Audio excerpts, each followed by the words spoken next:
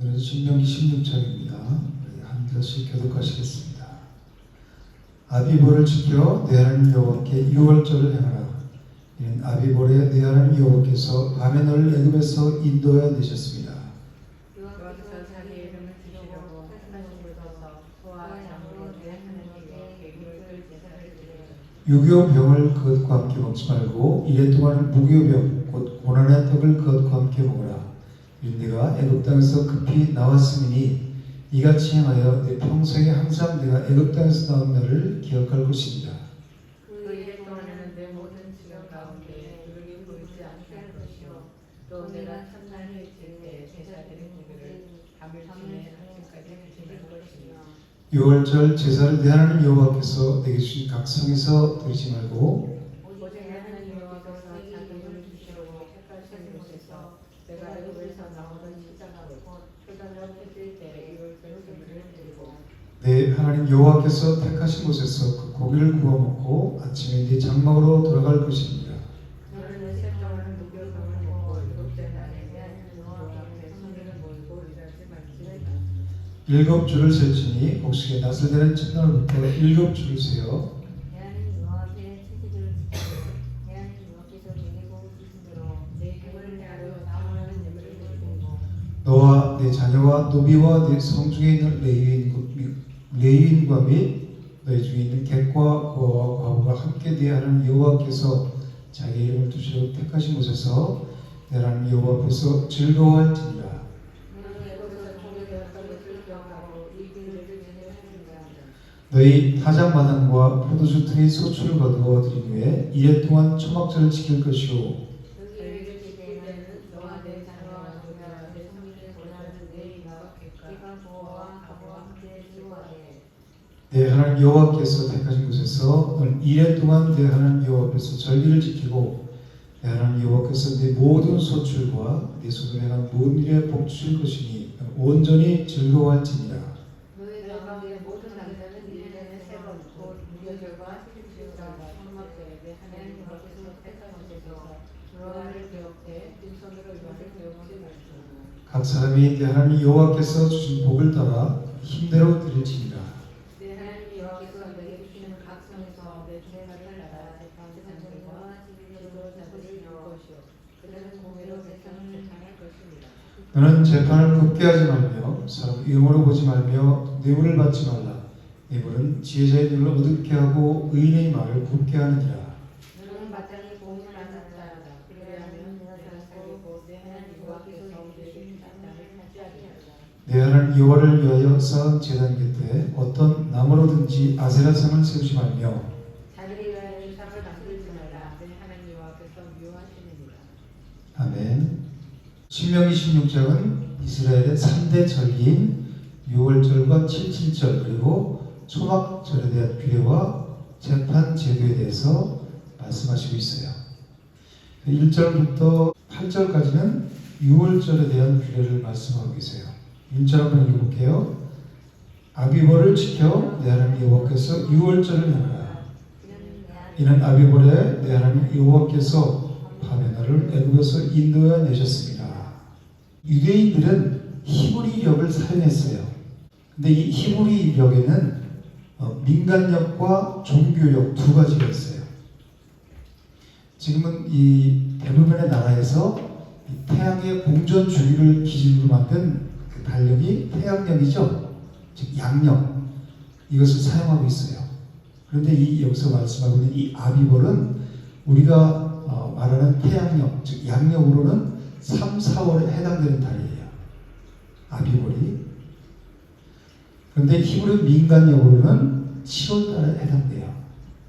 하나님께서 이스라엘이 출애굽한 것을 기념하게 하기 위해서 그 달을 하나의 첫 달로 삼으라 이렇게 말씀하셨어요.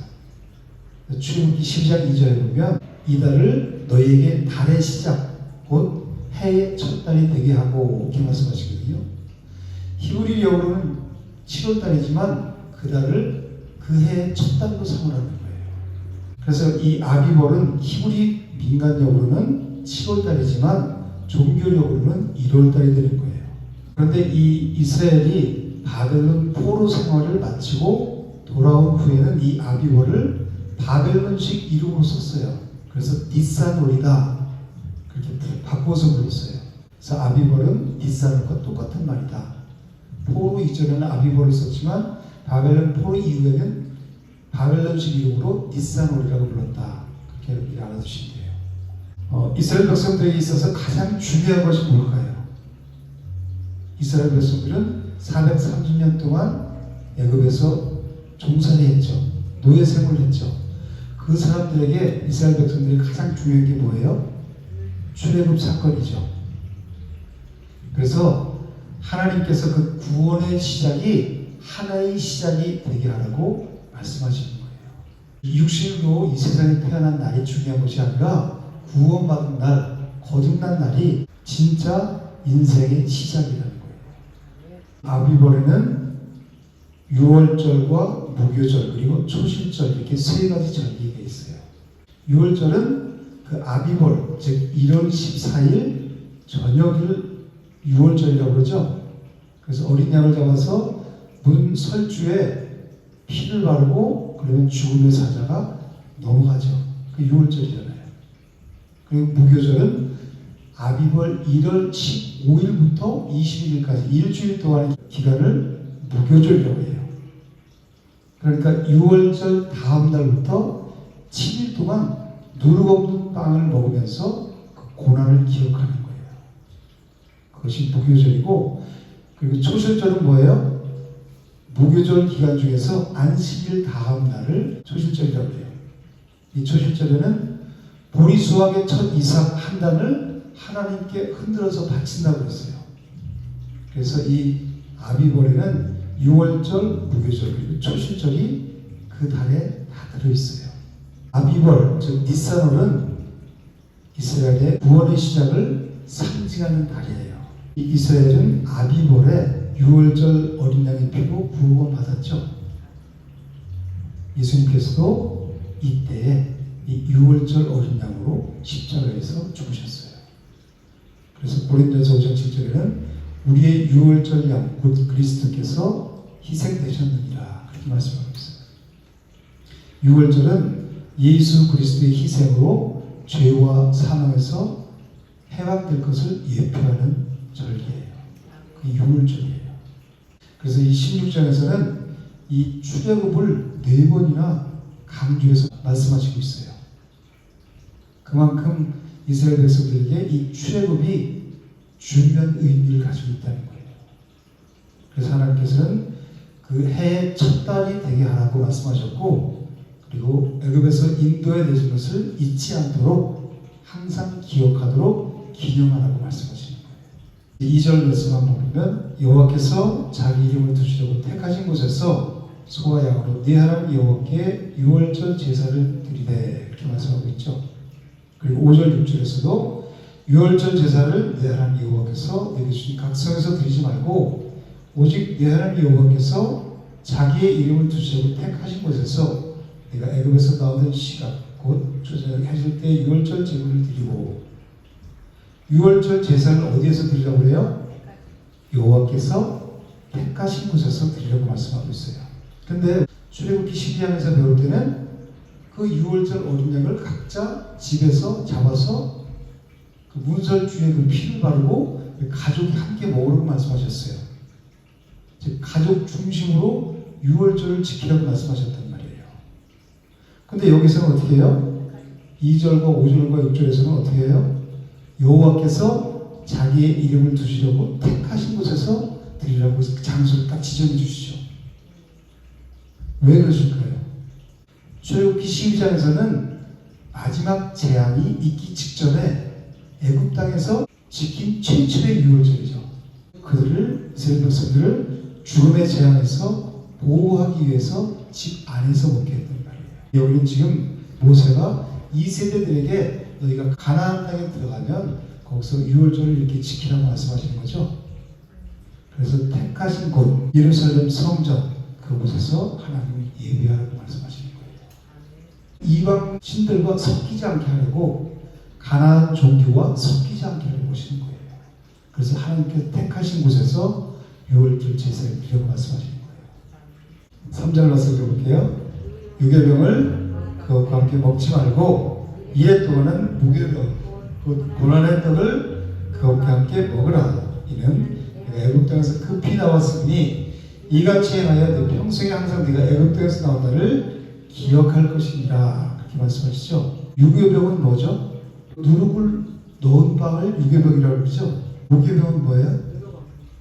누룩 없이 급하게 만든 빵을 무괴병이다. 그렇게 말해요.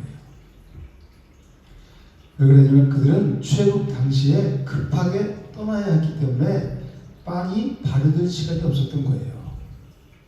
그래서 이 무교병은 그 출애굽 당시에 긴박함과 고난을 상징하고 있는 거예요.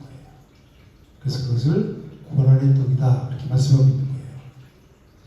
이같이 행하여 내 평생에 항상 내가 애굽 땅에서 나온 날 기억하라고 말씀하시죠. 이 사람들은 애굽 땅에서 종노릇하면서 아무 소망 없이 살아갔죠. 그런데 6월절 어린 양의 피로 영원한 자유를 누리면서 살게 됐어요. 그래서 하나님께서 행하신 구원을 항상 기억할 때 우리는 감사한 삶을 살게 되고 하나님의 말씀에 순종하는 삶을 살 수 있게 돼요. 그리고 대대로 그 신앙의 전통을 이어갈 수 있기 때문에 항상 그것을 잊지 말고 기억하라고 말씀하시는 거예요. 4절 말씀을 볼게요. 그 이래 동안에는 내 모든 지경 가운데 누룩이 보이지 않을 것이요 내가 첫날 해질 때에 제사드린 고기를 밤을 지내 아침까지 두지 말 것이며. 성경에서 누룩은 뭐를 상징하고 있죠? 죄를 상징하죠. 죄와 부패, 부정과 타락을 상징하고 있어요. 그런데 이 7일 동안 누룩이 보이지 않게 하라고 말씀하세요. 왜 그러실까요? 누룩을 완전히 제거하라, 누룩이 보이지 않게 하라 그 말씀하신 것은 죄와의 단절을 상징하는 거예요. 적은 양의 누룩이 온 덩어리에 퍼져서 반죽 전체를 부풀리죠. 그렇듯이 우리한테 있는 이 작은 죄가 이 이스라엘 공동체 전체를 오염시킬 수 있다는 거예요.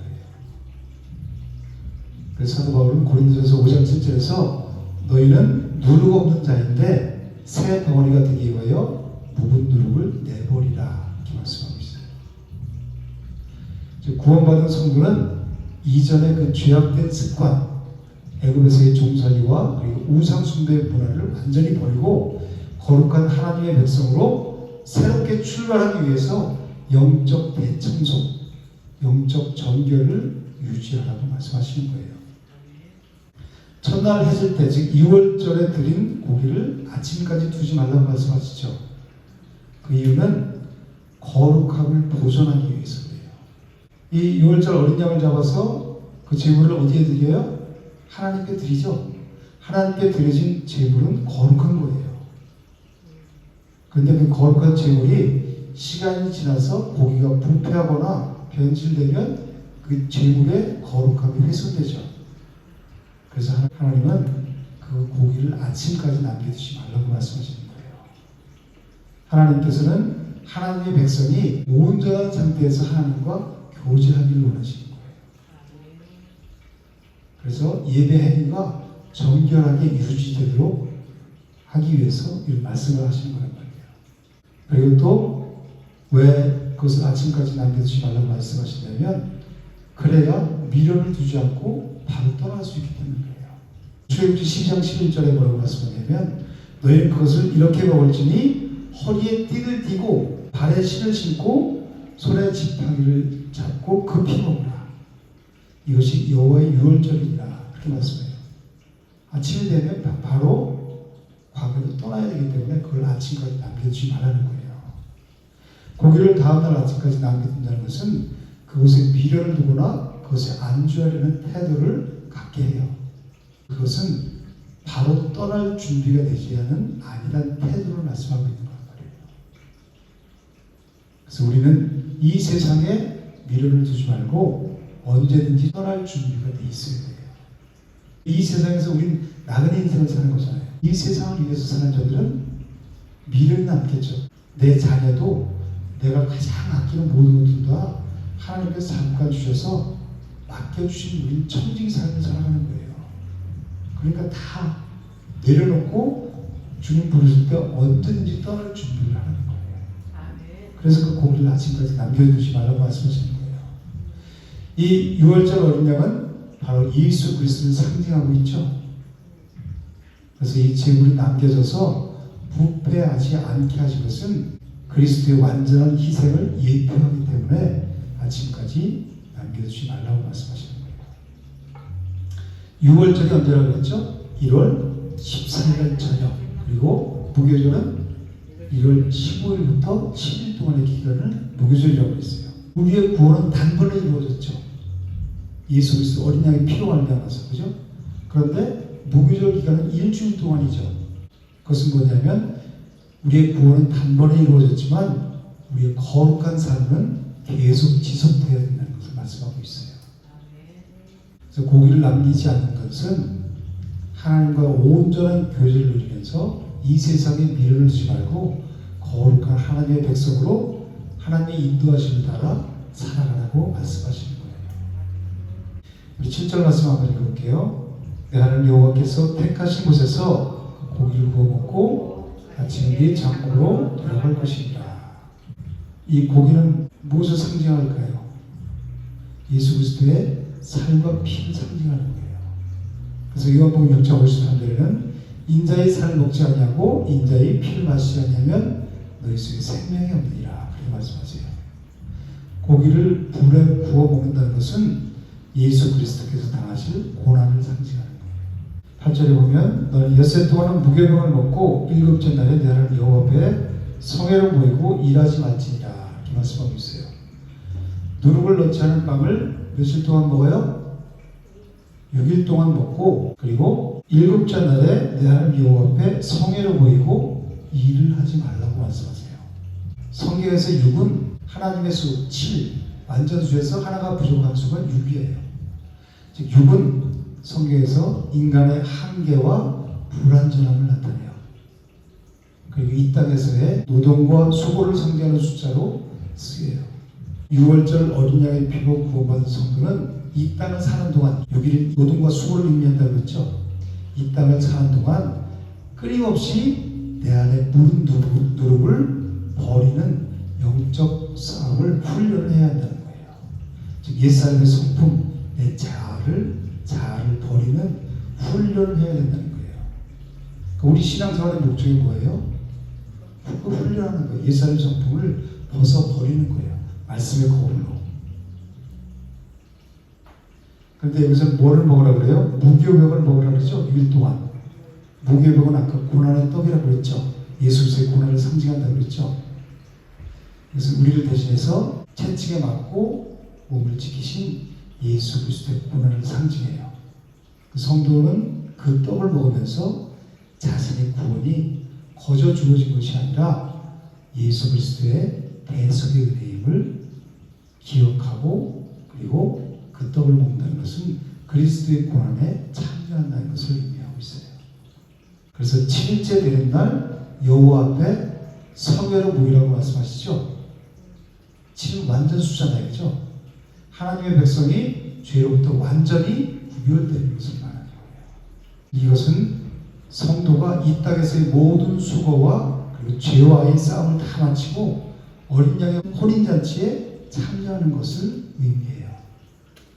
그래서 하나님 나라에서 갖게 될 최종적인 승리의 모임, 그것을 예표하는 거예요.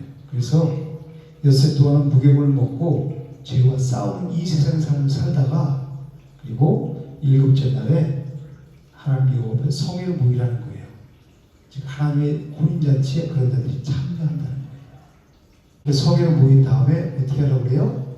일을 하지 말라고 말씀하시죠. 이것은 구원의 완성을 예표하기 때문이에요.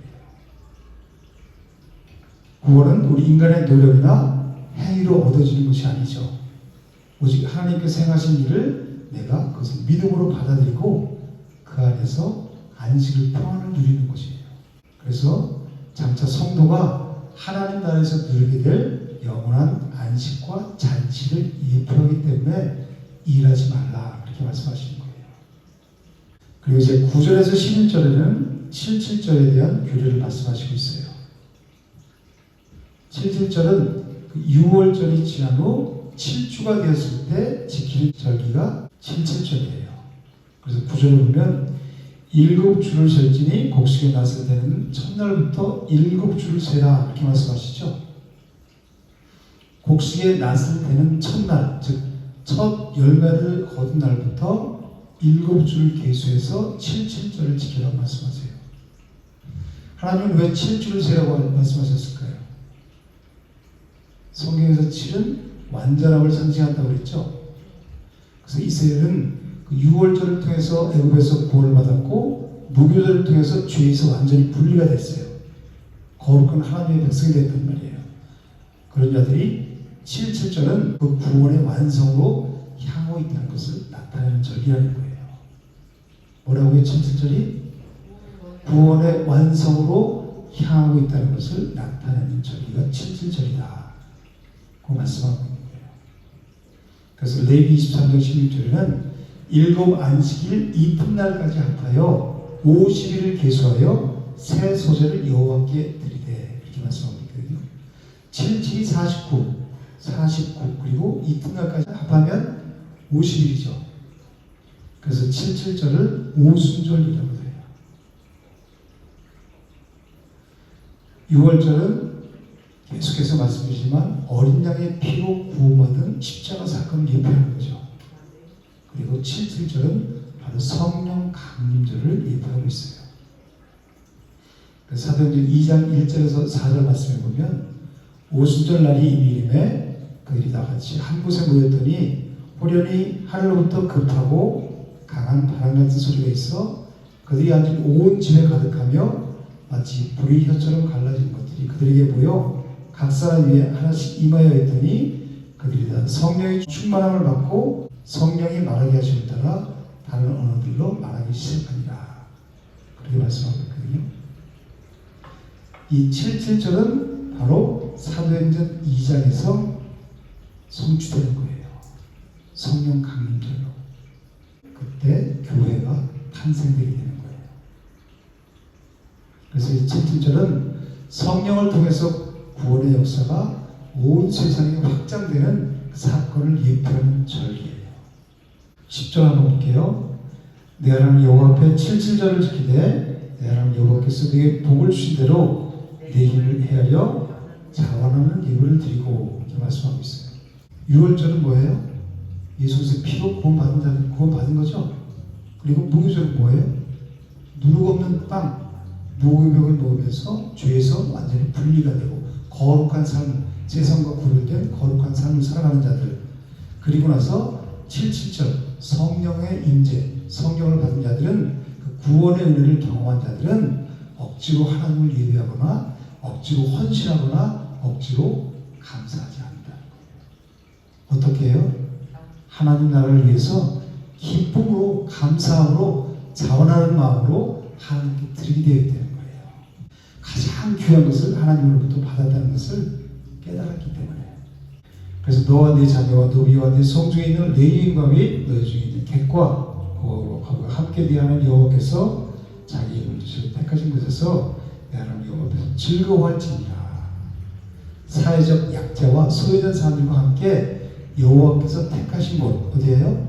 예루살렘 성전에서 그리스도 안에서 즐거워하며 예배하라고 말씀하시는 거예요.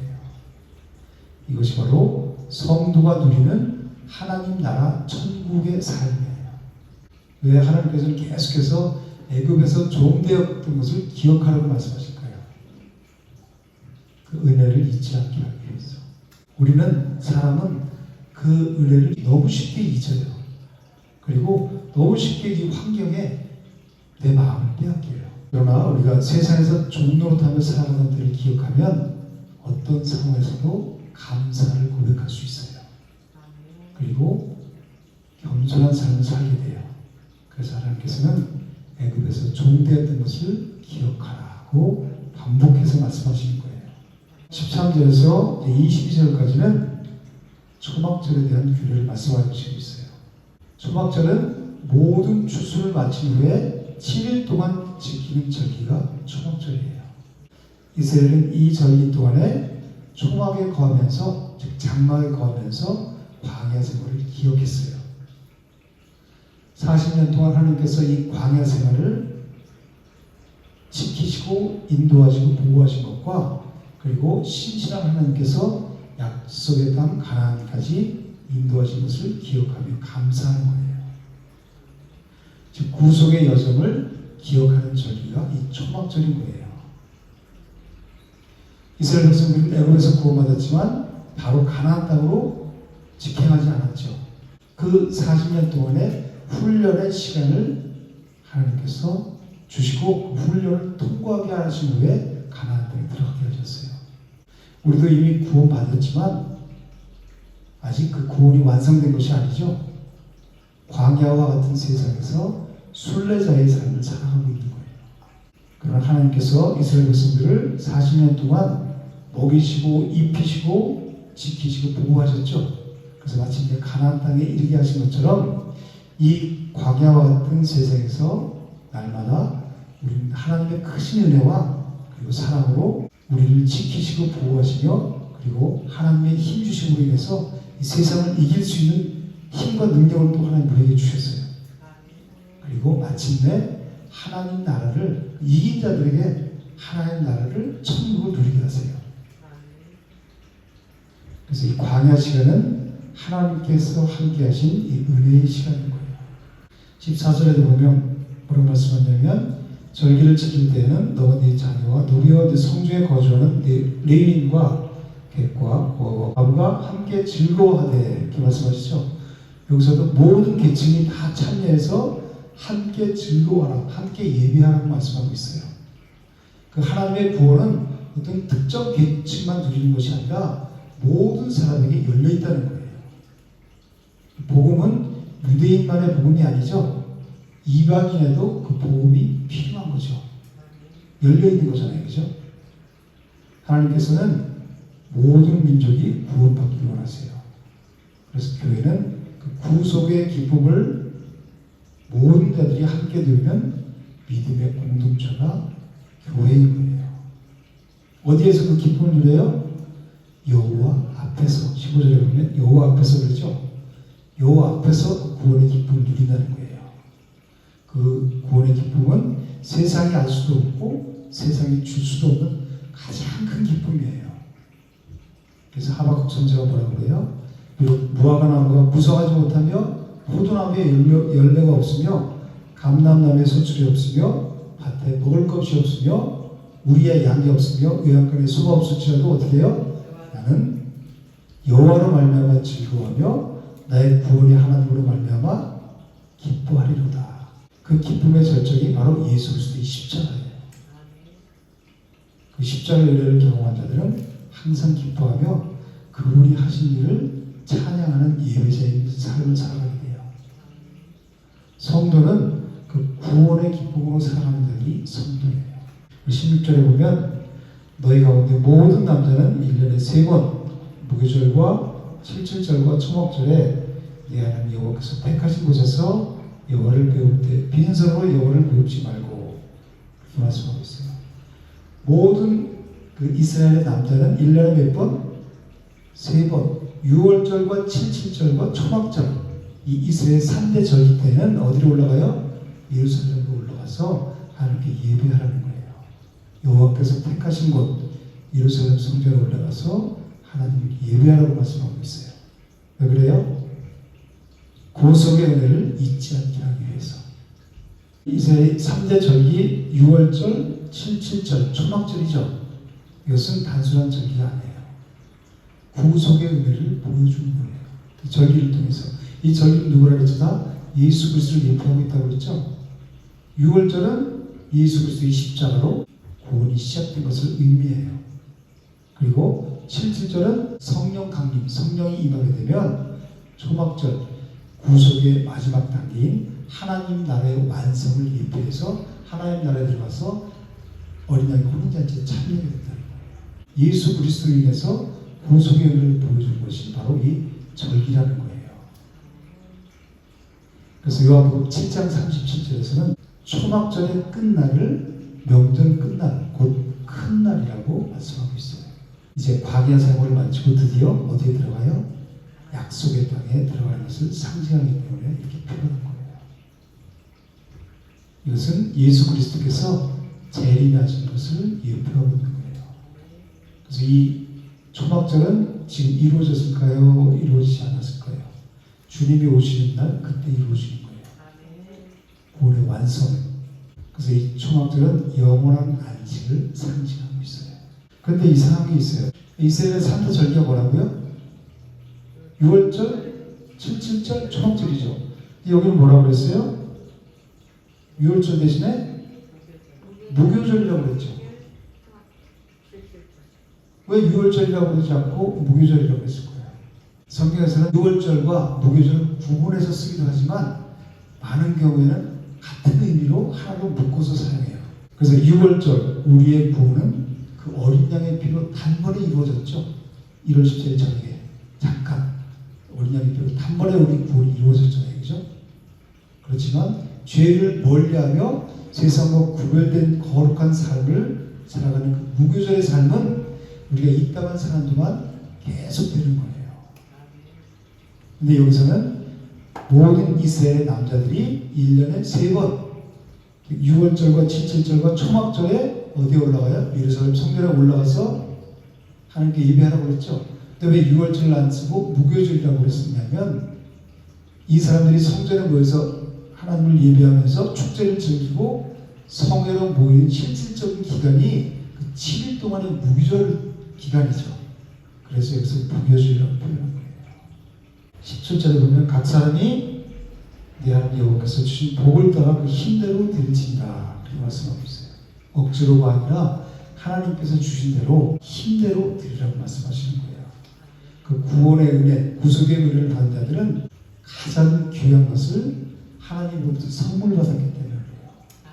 우리가 성도가 이 세상 살면서 가장 귀한 게 뭐예요? 이 구원의 복이잖아요. 여기다 더 귀한 게 어디 있어요? 그래서 복음서에 보면 극히 값진 진주 하나를 발견하며 가서 자기의 소유를 다 팔아 그 진주를 사느니라 그러죠. 우리는 그 가장 귀한 값진 진주를 발견한 자들이에요. 그러니까 그 은혜를 깨달은 자들은 내 안에 있는 성령께서 내 모든 삶을 들여서 하나님 나라를 위해서 살아가게 하는 거예요. 그리고 그 나라를 소망하면서 살아가는 거예요. 이 초막절은 예수 그리스도를 통해서 완성될 하나님 나라의 기쁨을 보여주는 절기가 초막절이에요. 그리고 이제 18절에서 22절에는 이제 재판에 대한 규례와 우상 숭배를 하지 말라고 말씀하시고 있어요. 우리 사람은 다 죄성을 가지고 살아가죠.